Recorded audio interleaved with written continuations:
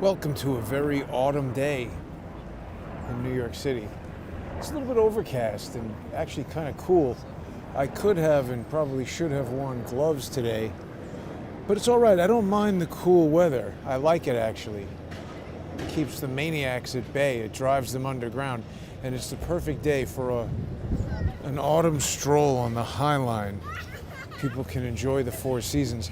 And it makes you a little bit maybe melancholy, and it's a good kind of mood to discuss once again this Charlie Kirk assassination. It's such a strange thing. I was thinking about it earlier. It's one of the strangest things maybe ever. And I say that not just because of all the intrigues surrounding it, but you think about it. He's not JFK. He wasn't the president. He wasn't a senator running for president. I know people say he might have run for president in the future, but that was a long way off by any means. And, we've seen this U.S. Army Hades jet, this concept of perhaps a conspiracy of many people. A lot of people suspect even his own security team, a lot of money around Charlie Kirk. Of course, he was friends with the president and very influential guy. But it's strange. And the amount of, look at this, the Raven Half Moon. Well, this is new, West Side Warrior 2025. This is the first time I'm seeing this. Object to art here in the High Line. It is interesting to observe the art on the High Line. How do people like that? Nice or not nice? Interesting to see. Anyway, Charlie Kirk. I saw Candace Owens had a broadcast. She's back from vacation or wherever she was. It was interesting. I think Candace is raising a lot of really intriguing evidence. Certainly she was close to Charlie Kirk. Oh yeah, by the way, I'm back to, testing live here. So if people have some interesting comments, hey, Corky, Nick, how are you guys? Right on time. I like live sometimes, particularly when the maniacs are held at bay underground and I'm nearly overrun by a magliner in my walk through the pseudo forest here. But anyway, I've just noticed, in addition to the fact that there's just so much organization, it would seem, around the assassination of Charlie Kirk. So many strange things about the prosecution of this guy, Tyler Robinson. They've now decided he can appear in regular clothing, but no cameras or anything like that. Right, I'm back to live. This is what I wanted to say. So I believe I've resolved the problem that was stymieing broadcasts even from the apartment. It seemed to coincide with that Amazon Web Services, whatever happened to that, where half the internet went down. But if there is any problem, and on any broadcast where there's ever a problem, I always put the uninterrupted broadcast up on the sponsor exclusive channels for sponsors. I can't thank the people who make Crowdsource the Truth possible quite enough. So rest assured, you'll always be able to see the full video on crowdsourcethetruth.substack.com or subscribestar.com or patreon.com/crowdsourcethetruth, or for those people who are following me on X at JG_CSTT and subscribing there, you'll get the sponsor exclusive content as well. Then there's going to be people who say, oh, you're putting it behind a paywall. That's no good. So, look, either you care about what I have to say, and $5 a month shouldn't be that big a deal, or you don't care and don't watch it. I don't understand. That's what I mean.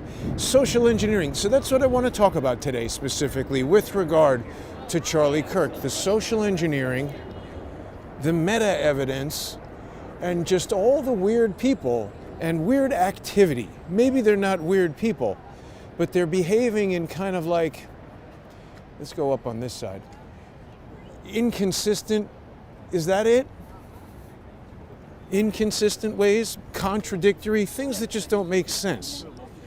And again, I sometimes get in trouble, mostly in personal relationships, when I'm like, oh, I wouldn't have done that, I would have done this or that. You can't anticipate really what other people would do. For instance, Erica Kirk put this video on this morning where it's the little daughter. I don't even know her name. I don't want to know her name. I like it that they don't show the kid's face. But the little girl is riding in the car, and there's this really sad song. Maybe it's Coldplay. You lose something that you can't replace. And she's like, oh, I see Daddy. It just breaks my heart. I mean, I don't even have a daughter, but to think that little girl, she knows Daddy's not around, but I don't think she really understands that yet. And at first I was like, oh man, why is she putting this video out? I can barely watch this. Like, why is she putting it? It's heartbreaking. And then I thought maybe she edited that music in there, but maybe it was just the music playing in the car. I guess when you're sad, you're listening to sad music. I don't know. I don't want to second guess her. And see, now people will say, oh, Jason is a shill for Erica Kirk and defending her. I don't know anything about Erica Kirk. People send me things that she was running an adoption agency or some kind of a non-profit with children in Romania. I haven't looked into that yet. Oh, why haven't you looked into that? You're defending Romania. People will have all kinds of things to say, but I think anybody who has been watching from the beginning, Corky lost your dad? Oh, at age 9. That is terrible.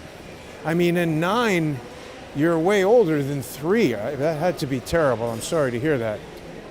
But I'm just saying, it's so sad to see that video. And then, so I'm kind of laying off Erica Kirk. I don't know. That's not the first place I'm going to. The first place I went to was the evidence around Adam Bartholomew's video, because he's just the first video that I found. I'm trying to explain the logical progression. I was watching, and then we had those idiots, in Tyler, what's his name's video, who wouldn't even let me get a word out before they were jumping on me. That's social engineering. That's not a reasonable person. Let me get a thought out straight here. I did that video with Tyler after we brought forward what at the time was the best evidence, and is still one of the best pieces of evidence, that Dolby HDR video of the side view of Charlie being shot, that up until that time I had thought was a 240 frame per second slow motion video that had first been presented as a 20 frame per second video when Zeb Boykin had it, and then a 30 frame per second video that had the 3 images that I still say are projectiles. We'll keep talking about it, but when I did that video with Tyler, who I do believe is a social engineer, behaves very inconsistently within the context of himself and a normal person and what realistically any person honestly seeking the truth would do. And Adam Bartholomew is a good contrast because he behaves consistently in my experience with him. As I started to say, I first heard Charlie Kirk had been shot. I was on a live stream with that guy, Game Tech Politics, is that his name, on Twitter, on X? Sorry if I'm forgetting it, Game. I enjoy that person, even though I don't know their identity. He's had me on his spaces. He's treated me fairly. Seems like a reasonable guy. We were on his live stream on Twitter, X Space, and boom, Charlie Kirk got shot. Somebody said that, or somebody sent me a text. Nobody on the stream knew until I mentioned it. So then I immediately started saying, whoa, let me find some videos of that. And my first thing I went to was YouTube. And the first thing I found was Adam Bartholomew. And the first thing I noticed was he had an hour and something long video, and I went to download it, and what I downloaded was 27 minutes. And I said, wait a minute, what the hell happened? So I went back to his YouTube, and I saw he had a 27-minute or 22-minute, whatever it was, and an hour and 9 minute, the discrepancy. And I started to drill into that. That's when we figured out the whole thing about his live stream getting cut. Then I said, let me call this guy, because it just immediately struck me. That's weird that it would cut the second before Charlie was shot. It was so suspicious to me, particularly in light of, remember, it was just 2 or 3 weeks since that stupid Scooby-Doo looking shaggy kid came up to me in the park when I was yelling at Joel Matola, sergeant of the NYPD, and shut down my live stream. I said, hey, wait a minute. Did somebody shut down Adam Bartholomew's live stream? I didn't immediately say, this must be Erica Kirk in Romania with Israeli technology. That wasn't my first thought. I'm not saying that didn't happen. I'm just saying I haven't gotten to any of that yet. I saw this discrepancy with the 2 live streams, saw that one was live, one was in the upload section, and I presumed something must have cut this guy's live stream and he had a local recording. Let me call him and learn more about what was going on. Called Adam Bartholomew, behaved like a normal, honest guy. He's a journalist recording, explained to me what happened, came on the show. Was he been 2 or 3 times on the show? I've spoken to him a few times on the phone, texted with him every now and then. He acts like a normal person. Nothing weird from Adam Bartholomew. I have noticed that people who I don't trust have attacked Adam Bartholomew, and people who I don't know, random accounts. He's getting social engineered, attacked by social engineers. Why? I don't know, but I noticed that. Anyway, that led to Cullen contacting me, because remember, I found the drones. I spoke to Adam and he said he had that triple redundant recording. I was fascinated by that. I realized that if I had might not have worked with the kid in the park, but I understood how it preserved the recording for Adam, and I thought it was a fascinating, perhaps accidental thwarting of an electronic exploit. That's when Cullen contacted me about the jet. Now we got to talk about Cullen. A lot of people still contacting me saying, will you call him and ask him what's going on? He's gone dark for more than 2 weeks now, I think. So the answer is no, I will not call him. I don't know where he is. I don't know why he's gone dark. We could speculate. We could discuss what I do know about it. And that is, well, after I put out the video from Adam Bartholomew, where I went in there and said, hey, wait a minute, is this a drone flying around Adam Bartholomew 30 seconds after Charlie Kirk was shot? And my first thought was not that this drone was shooting at Charlie Kirk. My first thought was that it was doing an electronic exploit that shut down Adam Bartholomew. So that's when Cullen contacted me. And the thing that was weird about that is, see, a lot of people don't really understand what the association was between myself and this pseudonymous individual who goes by John Cullen. I won't reveal his real name. I don't intend to harm him, and I wouldn't benefit from doing that. We're going to keep calling him John Cullen, although that's a courtesy I don't normally extend to social engineers. I think operating under a false name, it definitely ticks a box of social engineering. So whether I'm pro-Cullen or anti-Cullen, I can't deny that.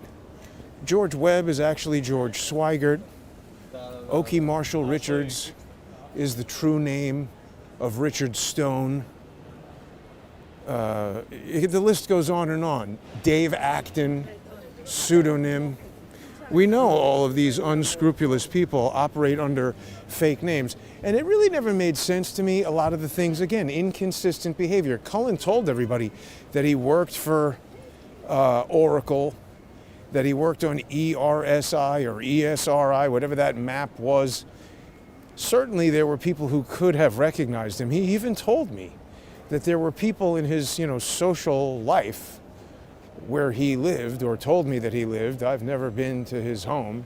I've been to places where he used to live in Thailand, but he told me there were people who know him by his real name, and he specifically, even after I learned his real name, asked me not to call him by that, even in private phone calls, because he felt that I would slip during the show and call him by his real name. So it creates this weird schism where you think that somebody is a close friend, but you're actually calling them by this fake name is kind of like friend identity crisis, to the extent that, is this person even a friend? Do I even know them at all if I'm constantly using this fake name to refer to them? It's weird. Anyway, he contacted me when I found the drones, and he was super excited about it, effusive with praise.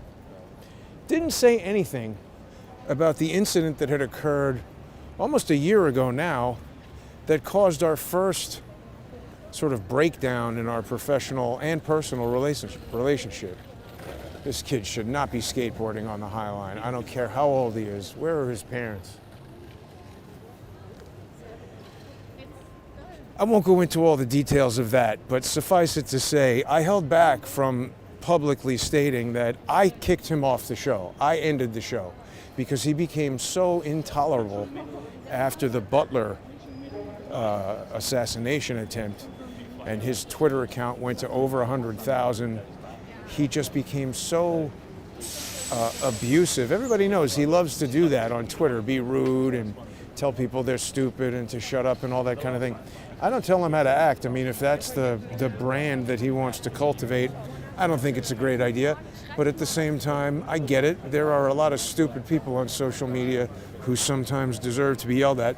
Look, we got some new art installation coming or going. Interesting. These guys are the art movers. You get to see all kinds of stuff underway. But anyway, enough of that. Cullen became insulting, abusive, irritating. I told him that's it, we're ending our collaboration. And the thing that I felt was inconsistent about that behavior the first time was we'd been working together and ostensibly had been friends for like 8 years or something. And I mean, again, I don't want to say what I would do, but when somebody who is a long-standing friend indicates that they're very upset with me, and it happened years ago. I was actually just talking to this person on the phone the other day. He also knows Lee. Lee is not well. We'll talk more about that another time. But anyway, this friend of mine who has nothing to do with the show, years and years ago, I could tell he was upset about something, and I asked him, and he explained to me about something that I had done, and I said, man, now that you're sharing your point of view with me, I see why you're angry. I shouldn't have done that. I'm sorry I did that. I'll do what I can to make it up to you and make sure that never happens again. And the guy was so blown away that I apologized and took responsibility rather than saying like, oh, get over it, forget it, like most people usually do, that it really went a long way. I'm still friends with this person, and it did help repair the situation. Anyway, I was a little surprised that Cullen did nothing like that. Even strictly from a business, more focused from a business standpoint, you would think, hey, we're doing these shows together. We earn money doing that. I've just crapped on this relationship. Why don't I at least call the guy and find out what's bothering him? He didn't do that. Not at all. So people who are contacting me now saying, oh, call Cullen and find out what's going on. He's not a sentimental guy. People saw the much more public blow-up that we had 2 or 3 weeks ago where he started beefing with, what's his name, Robert Barnes, saying things on Twitter that could, or an X, that could easily be construed as actual threats, things that you can sue people over, things you can get kicked off of Twitter over, and he was doing it right at a time that I was gaining quite a lot of traction on Twitter, coincident with George's mentally ill, wife swapping, hog effing, paperclip Nazi brother, coincident with him sending emails to the lawyer for Twitter saying, oh look, Jason and his associate John Cullen are issuing threats on Twitter, kick him off of Twitter. Now maybe that was a coincidence. Maybe Cullen had nothing to do with that. I don't know. But he was doing it, so it was at least irresponsible. And he was doing it in a way where, you know, he's using a fake name. He's got no legal liability for things that he does under the name John Cullen. He can't sue anybody as John Cullen or be sued as John Cullen. I guess he could be sued as a John Doe known as John Cullen, and you could force certain entities to try to reveal who he is. But we see now that if he's willing to abandon that Twitter account, that person's looking at me like he might know the show. He could just disappear, go back to Thailand, you'd never find him. I'm not suggesting that anyone should try to do that. I'm just saying there's a certain way, like Adam Bartholomew, again, good contrast. Saw the guy on YouTube, looked up the name Adam Bartholomew in Utah, found a listing for somebody who's 42, looked at Bartholomew on YouTube and said, this guy looks like he's about 42, called him up, said, hello, Adam. He said, hi. That was him. He's not hiding. He's not using Bart Adamstein or some weird alternative name. You want to be on the show? No, thank you. Yeah, so then stop acting like a jackass. Anyway, the point is, there's a way that people can behave that's honest and consistent and not being a pain in the ass. And then there's social engineering. So back to the Charlie Kirk thing. A lot of people have been pushing a lot of theories that, in my view, are quite obviously stupid, right? One of the most popular, extremely stupid, and frankly disproven by all decent available evidence is this notion that Charlie Kirk's microphone exploded and or shot a projectile at him. Oh, Jason, you're defending Israel. Well, no, I'm not. Because they still could have done it in some other way. I'm just saying there's no evidence that the microphone exploded. Let's look at all the evidence that disproves the microphone exploded theory. I have carefully curated each of these videos so that we will not see anything brutally graphic. I don't want to get a sensitive content strike, but I have zoomed in on some of these, and I would really like to find some of the originals. I still don't have the camera original on most of these, but what this shows is, this is one frame after Charlie has been shot. Let me zoom in a little more there. You can see the microphone is still attached to his shirt throughout this. So if it exploded, that explosion would have already occurred. How do we explain that it is still magnetically, whether it shot a projectile or exploded? How could it still be, serious question, how could it still be attached to the shirt? How? I'm not saying it isn't possible to create an exploding microphone, and certainly the exploding pagers in Lebanon that Israel has boasted about are examples of small functional electronic devices with most of a battery in there. I would imagine somebody clever could even make it so that the battery chemistry itself is part of the explosion. But the point is, the magnetic part would go flying off, whether it's shot or exploded. That would be a lot of kinetic activity. And people say, oh no, it happens later. You got to understand, in terms of explosions and gunshots, one video frame, 1/30th of a second, is a gigantic amount of time. It really is. So there's just one video that shows how stupid that is. Let's look at another. Here's another, one frame after he shot. Look, you can still see the black dot. And we still don't have the original video on this.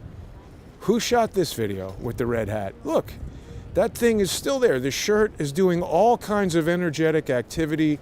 There's a necklace under there whipping around. There's a bullet, I allege, going through his neck. I'm going back and forth now, but look, it's attached. The thing is attached the whole time. The magnetic part of that microphone stays on the shirt. I have more how stupid is the microphone theory videos. Here's another video. We don't have this original video. There it is. Do I zoom in more on this one? No, you see there, he's shot. It's still attached. We're 2 frames after the shot now. 1/15, boom, it's still attached. It's still attached. You see that little dot there? The shirt is folded up over the fabric, and we're very crunchy on the compression there low resolution video, but you see the black dot of the microphone stays on his shirt the whole time. 3 video frames, that's 1/10 of a second. An explosion is happening in 1/5000th of a second. 1/10,000th of a second, 1/1000th of a second. It's very, very, very fast.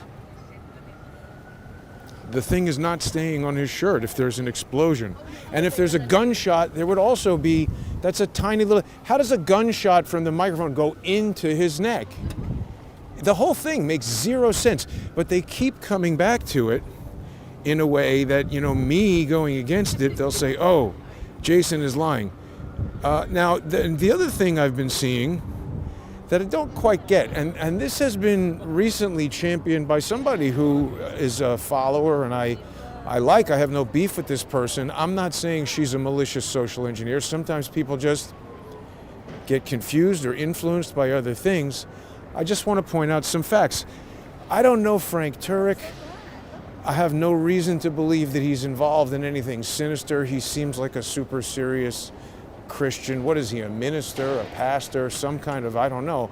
But he was friends with Charlie. When I see him talking about Charlie Kirk, he seems to be legitimately emotional and choked up. I mean, I sometimes get that way. Think about David Hawkins, Lenny Lipton, John Merritt, friends of mine who have died. What the fuck are these guys doing? Sorry, I didn't mean to curse. It upsets some people. Anyway, it seems to me that Frank Turek is sincere when he's getting upset, but I put out that video. This also makes me feel bad when I put out an evidence video and then people take it and come to some conclusion that is not at all what I think the video can reasonably allow you to draw a conclusion of. Obviously, people are free to draw their own conclusions, but I don't think Frank Turek did anything wrong. And so some people are saying, I don't even understand what this allegation is. They're saying that because he said he was on FaceTime, and then we have this video where we see his phone, I made a video saying, what is this reflecting in Frank Turek's phone? Because we see what looks to me like the police officer, and I thought we could even see the gun in the holster, and then the police officer looks like he's moving or something. So I was like, what are we seeing reflecting here? Other people thought we saw a laser, like from a laser sight on a gun reflecting in Frank's phone. Maybe we did. It could have been anything reflecting in there. The sun. I don't know what. I just said, what do we see reflecting in the phone? Because I wasn't sure. This was from that 60 frame per second HDR video from Cub Keller. Another example of some of the best evidence we've had. Did I talk about meta evidence? Do people know what meta evidence is? I'm talking about the evidence around the evidence. Like, the video itself is the evidence, but what I'm talking about is how we got it, how people are responding to it, all of the evidence around and about the evidence, particularly with that first video that came through Tyler that was originally attributed to Samir Masi. That's one of the strangest pieces of evidence. Because remember, I first got it from Zeb Boykin. A lot of people feel like Zeb was very uncomfortable when I started digging into the technical details of that evidence. And now he's off making videos shooting pork shoulders, all with supersonic rounds. It's not like he said, well, you know what, let's entertain Jason's theory and we'll do something with a PCP. Maybe he doesn't have a PCP air rifle. I mean, I saw a video Zeb did today, portion of it, where he was talking about, I don't know why people aren't doing these tests. They have the equipment. I don't know exactly who he's talking about. Maybe Gary, another very suspicious character. I would like to do some gun tests, but I don't have any guns. And you can't really fire guns around here. Too many buildings and people. But Zeb acted very strangely when that 20 frame per second video showed up. And how did we get that 20 frame per second video? You can't easily export from a phone a 20 frame per second video. I get it how we got all these other kind of crappy, low bit rate videos. Most people will shoot a video on the phone and then either download it on their computer and put it on YouTube or Twitter or X or TikTok or whatever they're doing, or go directly from the phone to one of those platforms. Somebody else gets it, maybe screen captures it on the phone or downloads it with an app and re-uploads it somewhere else. That transcodes it again. But none of these mainstream social media apps are going to transcode your video to 20 frames per second with the high 10 MPEG-H profile. That is a very, very specific type of processing that was associated with that Zeb Boykin 20 frame per second version of the video. And back to Candace Owens for a second, because look, I don't really have a very strong opinion about Candace Owens. I liked her more in the past than I might now. She was a little bit rude, I've mentioned many times when I met her personally, but even that is fine. I am nobody to Candace Owens, and she was a famous chick when I was meeting her at that Charlie Kirk event. Why would she have any particular interest in talking to me? I'm not even being critical of her being famous person rude when I met her. I'm just saying that, speaking as objectively as I can about myself, I think it would be hard to deny that I have brought forward, even if you disagree with my conclusions about the evidence, I've certainly brought forward some of the best evidence available in this case. It was my evidence bounty that got us to the original 30 frame per second, 211 megabyte Dolby Vision HDR version of that video that these three dots that I say are projectiles. By the way, the evidence bounty is up to $3,500. People still have, I guess it's a week from today. And by the way, the part of it that Tyler didn't seem to understand is it's not just get the evidence. It's that you have to get evidence and form an evidence-based counter thesis that disproves my thesis that he was shot from behind, which would involve, disproving that those three dots are projectiles. Nobody has done that.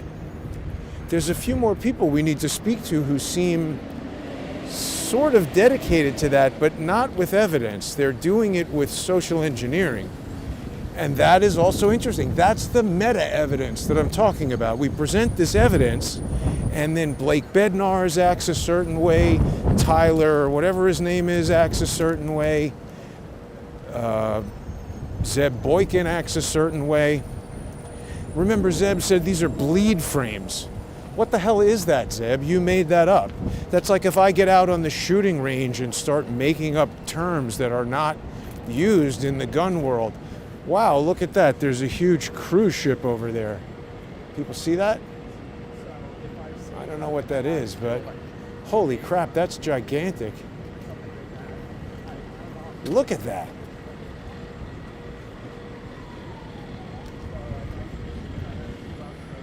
Zeb said it's a bleed frame. Well, what are you talking about, a bleed frame? I'm interested in knowing how the original photographic frame got there. And I've noticed that people have been coming back to that thesis. No one has presented a scientific counter thesis. Now, a guy who I thought was a pretty smart and nice guy, Matthew on Trigger Happy, whatever his thing is, I was on there a couple of weeks ago.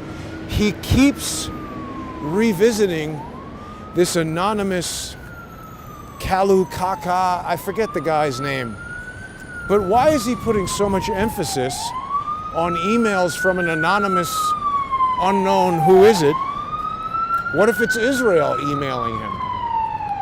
Why would he put so much emphasis on these anonymous emails? But the only reason I'm talking about it is that it's repeatedly focused on me and even mentions me by name.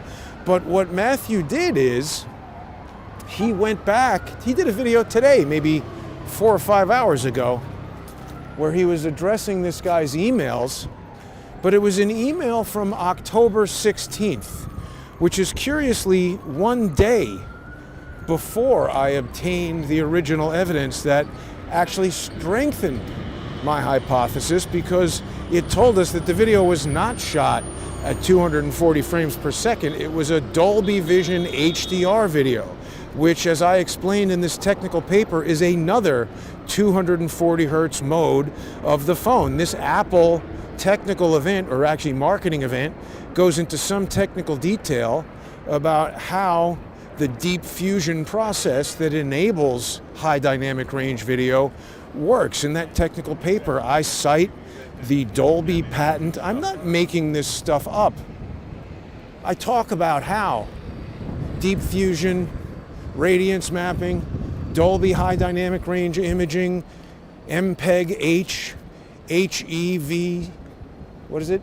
HEVC, H.265, how all of that contributes to what we see there, which is three dots photographed 1/240th a second apart, traveling at 500 feet per second. No one has unraveled that and explained that in another way. And Matthew, I take issue with the video that you did today, because you're either a lot less trigger smart than I thought you were, or you're a social engineer, because now you're showing other frames with other items that I never said were projectiles, and you're either confusing your audience, confused yourself, or I don't know what. But I just find it very inconsistent that sometimes that guy's really smart, and sometimes, particularly when he's trying to debunk what I'm saying, he's very stupid. And sometimes he wants to communicate with me a lot, send me emails, ask me to talk about these Google, what was it that lawfare guy, Baron Von, whatever his name is, Google Trends with searches coming from Israel. I mean, that's intriguing. Maybe that's real evidence, but I don't know, something about it being so website centric feels magic tricky to me. Like, is there some way you can adjust the date on your computer and get on a VPN and go and search for something after the fact and create a log that appears to fool Google? I don't know. Maybe that's all real information. It just seems a little too convenient. I don't know. And that guy, Barron, see, the other thing is, I see Ian Carroll, he goes and he's like, oh, everybody follow this guy, and he's going and sending him $100 in super chat and all that. This is all social engineer activity. Remember when people said, oh, Jason, Ian is talking about you on his live stream? That's social engineering too. That's what George Webb used to do. I want Jason to do really well. Meanwhile, him and his brother would be arranging a lawsuit in the Eastern District of Michigan where they're filing forged documents. You're doing one thing publicly to make people think something, but then doing something else behind the scenes. I noticed that these social engineers, they promote each other. Like Ian saying, everybody follow this guy, sending him $100. Doesn't that influence other people to send the guy money on Super Chat? Why are all these guys able to be monetized on YouTube, and meanwhile I'm getting every YouTube channel destroyed? It makes no sense. It's just inconsistent. And now what we'll do is people will say, oh, Jason's complaining. Isn't that convenient, the way that's set up to make it look that way? Maybe this is all coincidental. I don't know. It just reeks of social engineering. And by the way, I'm not saying that evidence about Google Trends searches isn't real. I'm just saying I don't know how to verify that. What does Google say about that? What does some IT expert who's not in the Twitter, YouTube, X kind of alternate viewpoint world, what do they say about that? Because I know there are ways that people can hack the ECF, the electronic court filings, or at least I've observed filings from George and his brother that cause me to believe that can be done. I think it involves changing the date on your computer, making a filing, contacting the clerks and saying, hey. And then they go back in their emails and they say, oh yeah, look at that. There is an email that we missed from 3 days ago or whatever. And then they file it. Something like that. Can you do something similar with Google Trends? Can you set up a VPN to say, hey, I'm in Washington, D.C., or hey, I'm in Israel, or hey, I'm in China or Russia? Isn't that what WikiLeaks told us the CIA was doing with the Vault 7 hacks? That they had tools to mask where they were doing these things from. I don't know. And by the way, what does that even mean? That they were searching for Tyler? Like, why would you do that? I'm just trying to expand on these, pieces of evidence, because the people who are giving them to us are very suspicious and behave very suspiciously. Like, in other words, when Ian was on his live stream talking about me, Ian has my cell phone number and my email address and my DM, and when he wants to communicate with me, he knows. He's got 2 million people or whatever looking at him on Twitter. If he sent me a text and said, bro, I'm going live in 5 minutes, do you want to be on my show? Obviously, if I was available and interested in talking about what he wanted me to talk about, I would go on. So him talking about me, I allege, is a way for him to deflect people who would otherwise say, hey, isn't it suspicious that Ian and Candace are talking about and telling people to follow Ryan Mata and Barron, whatever that guy's name is, and they're talking about these people and they're super chatting $100 to these people, but they're not looking at this evidence that Jason is talking about. And I'm not saying that they need to. They could and should do whatever they want. I'm just saying, even if they disagree with me, I see a lot of people taking my evidence, the evidence that I brought forward. The Cub Keller video that I revealed was a 60 frame per second video, and they're looking at it and they're doing things with it. Now, the other thing that I found very interesting about what Candace did in her video, that I even used in the thumbnail, is this guy making the selfie. I agree with Candace. This guy is suspicious as hell. And I've been talking about him since the first day. So I don't understand why Candace, forget about me, why doesn't she independently go to, hey, what's going on with this ISR jet? I mean, that's public FAA ADS-B radar data. What the hell was that jet doing there? I mean, isn't that interesting? To me, the most suspicious people are the camera guy, the security people, that jet. Sorry, I forgot to mention what I was saying about Frank Turk. So somebody who's a fan of the show says Frank Turk is somehow up to something no good because the screen on his phone is black, and that means he was lying. I don't like it when people say, oh, this means somebody was lying. You need really strong evidence before you accuse somebody of lying. It's another thing I don't like, is that certain people will put out very sensationalized videos saying, such and such proves that this or that is happening. I don't think so, because I don't know why Frank Turk's screen was black. Maybe he had the brightness turned down. Look at this guy on the right. His screen we can see, and then this girl on the left, you can't. Is she using a different phone with a less bright screen? Does she have the brightness turned down? Maybe her eyes are sensitive. Does she have one of those privacy screens on there? I don't know.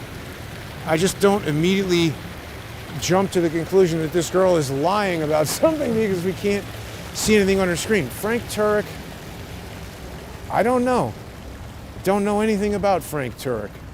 I'm not trying to defend him or indict him. And that's what I'm getting at with most of this stuff. I don't really think too many conclusions can be drawn about too many things. But what is interesting is that the limited number of things that I think we are able to make conclusions about, like there are 3 dots on the screen there that I can explain every question anybody has about them. Why aren't they perfectly in a line? Well, the one in the center is over gray, and the 2 on opposite sides are over black, and they are rendered and compressed in the intra-frame compression differently. that could make them appear to be different sizes or slightly out of registration with one another, but they are moving in a very consistent speed and people say, oh, it looks like it's moving away. That's the other issue with Trigger Not So Smart and Matthew. He's back to these are moving away, and he hasn't bothered to try to understand the very detailed technical explanation that I've provided. He's done 3 or 4 videos about this anonymous emailer. He hasn't gone and brought up my technical paper and said, well, can we understand Jason Goodman's theory about this projectile moving towards Charlie?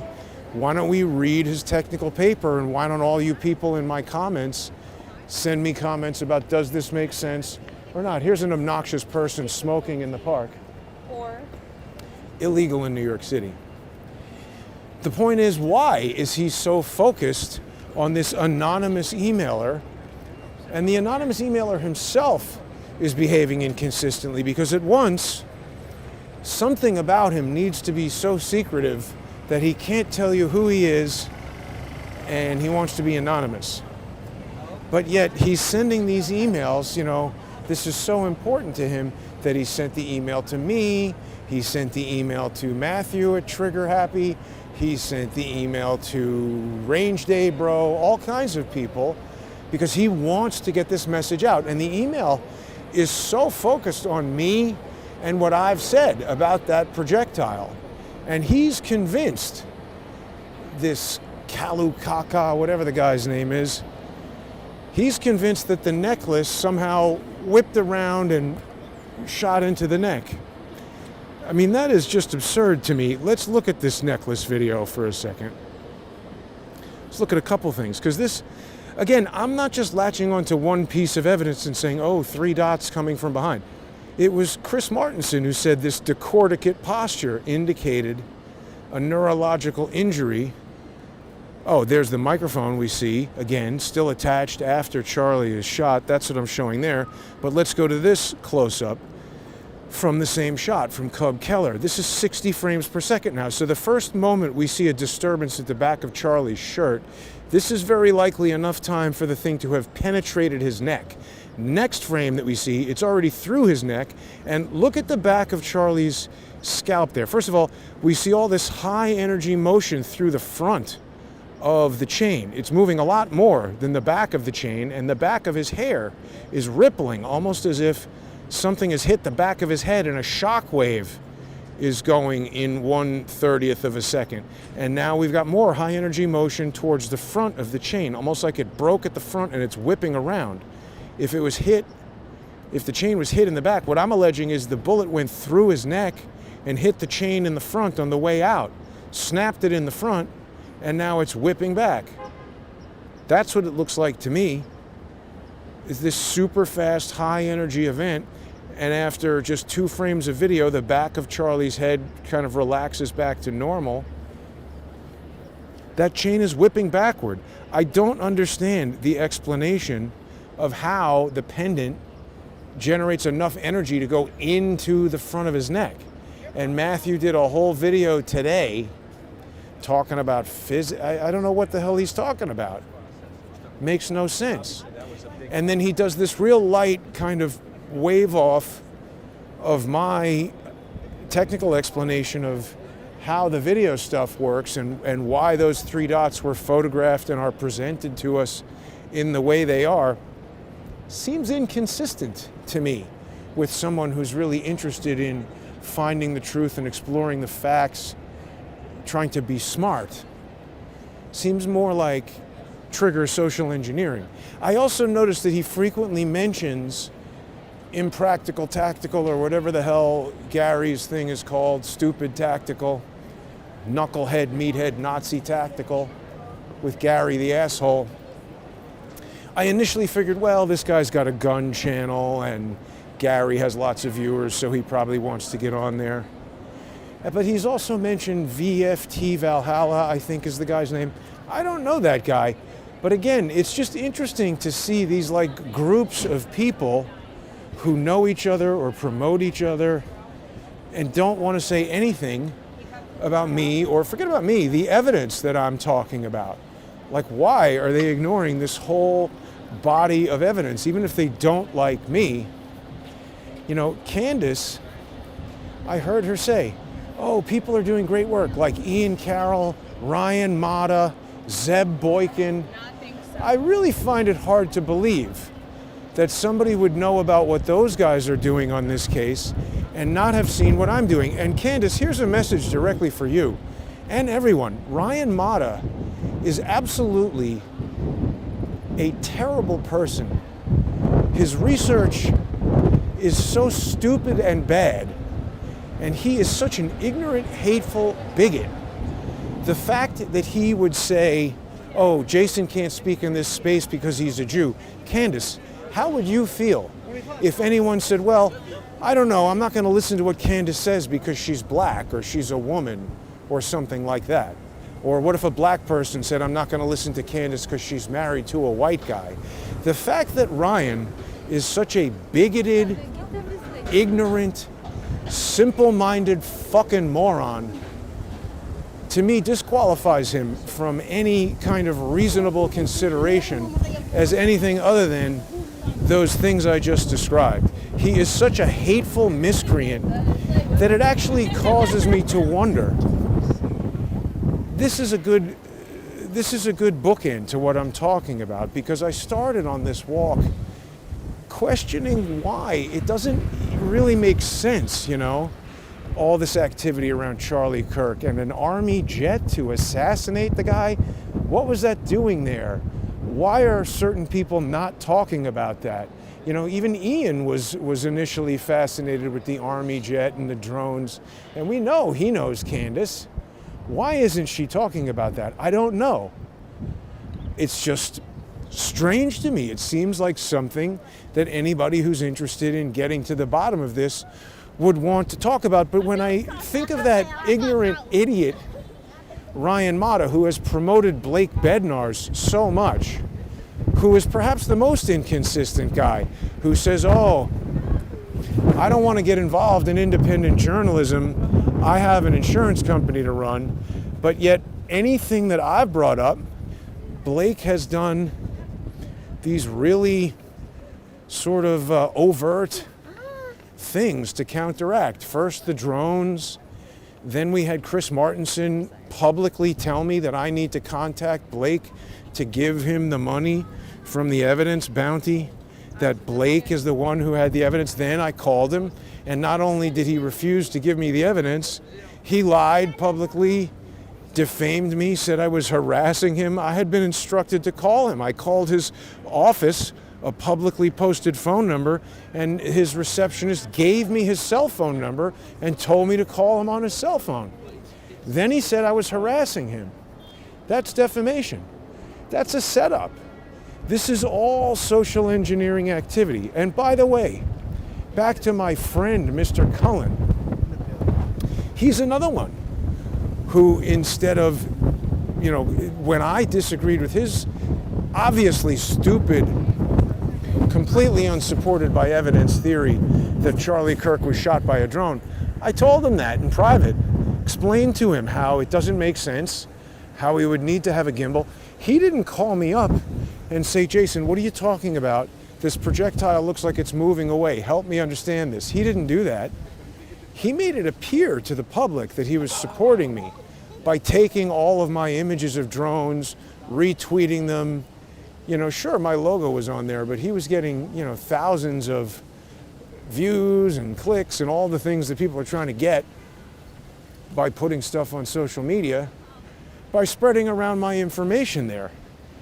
Strangely, he wasn't doing shows with me. He did 2 shows with me. Then he did a show to counteract what I was saying, to say, no, Charlie was shot from the front. This projectile is moving away. I saw lots of comments he was putting on my tweets saying the projectile was moving away. That's damaging, to use a much larger account to try to, it's damaging to the reach of the information, let's say, by using a larger account to say, no, this is false. Many more people are going to see that. Now, like I said, he doesn't have to agree with me if he doesn't want to, but the way he's going about spreading this information is just inconsistent. On the one hand, to say, oh, Jason's the smartest video analyst there is, and then say, no, this is wrong. How do we reconcile that? Why wouldn't someone in his position say, well, now wait a minute. You just figured out this other thing.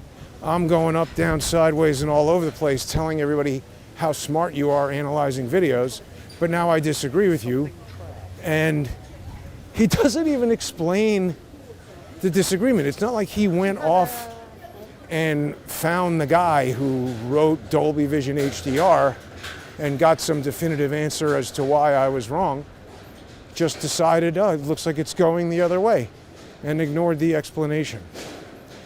So, I don't know. I mean, for Candace to promote somebody like Ryan Mata, for her and all of them to ignore this evidence, it just says to me that they are either willfully ignorant or, in the worst case, and this is what I wanted to bring it to.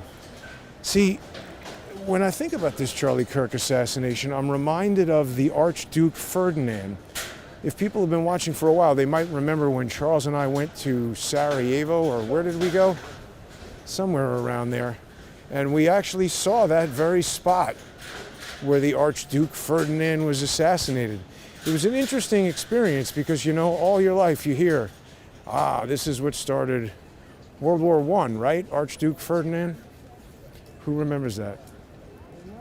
And it seems like such a big, gigantic, deal. But it was just this tiny corner of a street. He's driving by and he got shot in a car.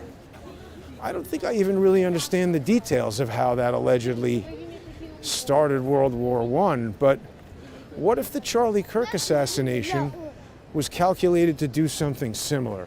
You know, all these people with, please give one idea that explains the shockwave on his face and neck, explosively broken chain, and the ballooning t-shirt. I've given the idea. I'm saying he's hit in the back of the head by maybe as large as a 50 caliber PCP round going 500 feet per second. And the impact on the back of his head, you know, your skin and your body has a lot of blood and liquid in it. So just like if you throw a rock in a pond and it creates ripples and waves on the surface, that's what I believe is happening to the back of his head. Then the bullet leaves the front of his neck. That's the exit wound that we see before all the blood goes gushing out. And he's leaning slightly forward, so the chain is hanging off of his neck just enough that the bullet seems to hit the chain on the way out.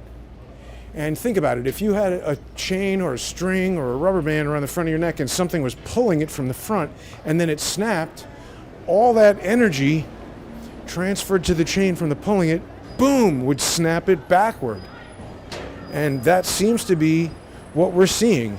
And the shirt is rustling around because this incredible energetic event is happening in there from a bullet cutting through his neck and catching the chain and flipping the shirt up. And it's all happening at such a superhuman speed that it's just the type of thing that we're not used to observing, and you have very, very little experience, actually zero experience, ever seeing anything like that.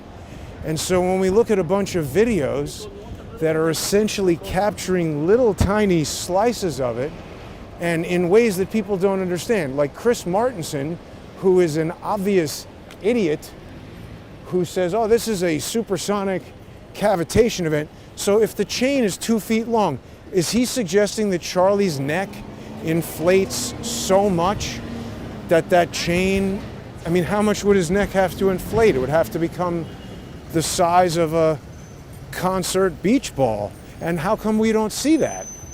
We don't see it inflate, we don't see it relax, we don't see any of that. We see rippling at the back of his head. And there's a total of 3 frames of that. There's one frame in the Ryan Simmons video, right? Is that his name, Ryan Simmons? I think that's his name. And then there's 2 slightly different looking frames in the 60 frame per second video from Cub Keller. And that makes sense, because when 1/30th of a second has expired, that event at the back of Charlie's head is over. because it's happening so quickly that you can barely see it. And the reason that we see it at all is that both of those cameras are iPhone cameras, and they're able to freeze the action in one frame to a very high degree because it's a bright and sunny day, and the exposure time is probably 1/10,000th, 1/15,000th of a second, something like that. So we see very clearly that motion, unlike the video that Chris Martenson uses to determine that there's a cavitation event, which is shot on an ENG news camera using a 1/60th of a second exposure time. There we're seeing all of this ruffling and all of this shirt activity blurred into what he mistakenly interprets as an explosion. So again, he's either stupid or willfully misinterpreting that, or both. And I mean, I've explained this many times. I realize not everybody watching has seen every video, but I hope that explains, Wayne.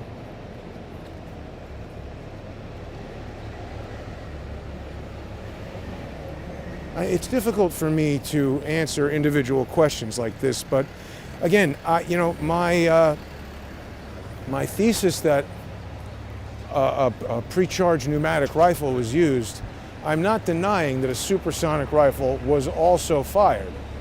I've said many times that that would have been electronically timed or somehow synchronized with the firing of the kill shot to distract the eyewitnesses and also the audio forensics. They would anticipate all of that. So there definitely was a rifle fired. I don't know why people can't get their heads around this. Again, it's either ignorance, misunderstanding, or social engineering. But I mean, there are certain people who shouldn't be this stupid who are. People like Zeb, people like Candace, people like Ian. Why do they keep ignoring all this evidence that we've been talking about for a month? I mean, if they really want to get to the bottom of this. So just to finish the idea that I was getting at with Ryan and the whole notion of trying to resolve why this Charlie Kirk assassination is so important, that we would have an army jet there and all of these, potential social engineers around the thing. It just seems like too much of a big deal for somebody who wasn't the president, wasn't a presidential candidate. What if it's intended to kick off World War III? Use it in social media to socially engineer people, get idiots like Ryan to polarize everyone. Jason is Jewish, so let's make him take a position in the Israel versus Palestine thing, even if he doesn't really talk about it, doesn't really know about the politics of it, and doesn't try to involve himself in it. We're going to force him to get involved. That's exactly what was going on Tyler's podcast. I had to tell him 4 times, dude, I'm here to talk about MPEG video evidence, not to be hijacked into this conversation that these insulting, bigoted morons want it to be. And then that guy, Tyler, he had the audacity to try to apologize to me the next day. It's like, listen, man, no, I'm never doing anything with you again. He's clearly a social engineer, and he was aligned with Blake. So it's just very interesting to me that all these people run in the same circles, promote each other, the same ideas. By the way, I've demonstrated. I'll go on these people's shows even if I disagree with large amounts of things that they say, because I think there might be common ground that we could find. There might be things that we could learn from each other. I tried to demonstrate that with Gary at the beginning of all this, when I was trying to explain to him something that he either still is too stupid to understand or deliberately ignores, which is the difference between shutter speed, frame rate, basically that. Chris Martenson still also says, oh, these bullets would be a streak. This video that Trigger Happy Matt did today is saying, oh, well, in 1/20th of a second. It's like, dude, why are you dealing with 2-week-old research? Why are you bringing out this guy's email from one day before first of all, it's incorrect even 2 weeks ago. but you bring it out on October 16th when October 17th was the day that I got that evidence. October 20th was the day I wrote that extremely detailed technical paper explaining even more clearly and more definitively with more technical citations to the patent from Dolby, to the marketing information from Apple. That explains why it's there. Why did you ignore all that, Matthew? And will you now do a video about that, like you did about this anonymous emailer?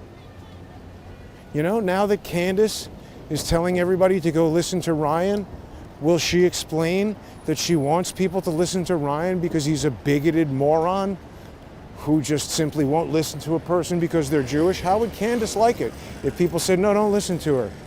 She's a woman, and she's black, and she's married to a white guy.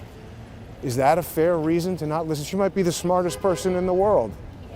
If you're interested in the answer, why would you care about all that personal stuff? So I just don't think these are authentic responses. Whether or not these are authentic people is perhaps a different question. But that's the evidence around all the evidence. She's promoting Zeb Boykin. She's promoting Ryan Mata. These are all the people who are telling you not to listen to what I say. These are all the people telling you not to go to crowdsourcethetruth.org and upload your original evidence files or get involved in the evidence bounty if you think you can disprove what I'm saying with a scientific and rational, technically backed and technically explained, detailed counter thesis.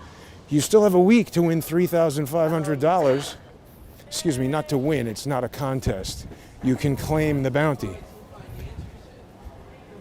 You can also boost that bounty. If you think I'm correct and you want to support Crowdsource the Truth, there's so much social engineering around don't send money to that. Frankly, I think that's one of the best reasons to send money. You could send $1, you could send 100. People have sent 500 to that. Just go to crowdsourcethetruth.org. You can use cryptocurrency or your credit card. You can also sponsor the show just by going to crowdsourcethetruth.substack.com and becoming a sponsor, or paypal.me/crowdsourcethetruth. You can also sponsor the show and access sponsor-exclusive content on subscribestar.com or patreon.com/crowdsourcethetruth. And of course, people who are following me on X at JG_CSTT can subscribe. Uh-oh. Just lost sound for a second. That was weird. We might have lost the show. I hope not. Is it still going? I was about to say, seem to have avoided the technical problems, I hope. Someone's got a question here. Asking for 3 events which are objective to be explained. Wayne, I can't read all these comments here. And I can't, this is not like online personal tech support. You might want to go to BetterHelp or one of those things. They don't sponsor this show, but they are somebody I see sponsoring lots of different stuff. So thanks everybody for tuning in. Appreciate it. Appreciate everybody who's sponsoring the show. Send me an email if you have questions. And again, I don't really have time to answer everybody's individual questions, but if they're worthwhile questions, I'll try to answer them in a future video. Most of this stuff has been explained. I see a lot of really kind of obstinate people who want to ask. Okay, still on. Thank you, Flex. Good. But just in time to wrap it up. Thanks for watching, everybody. Have a great night.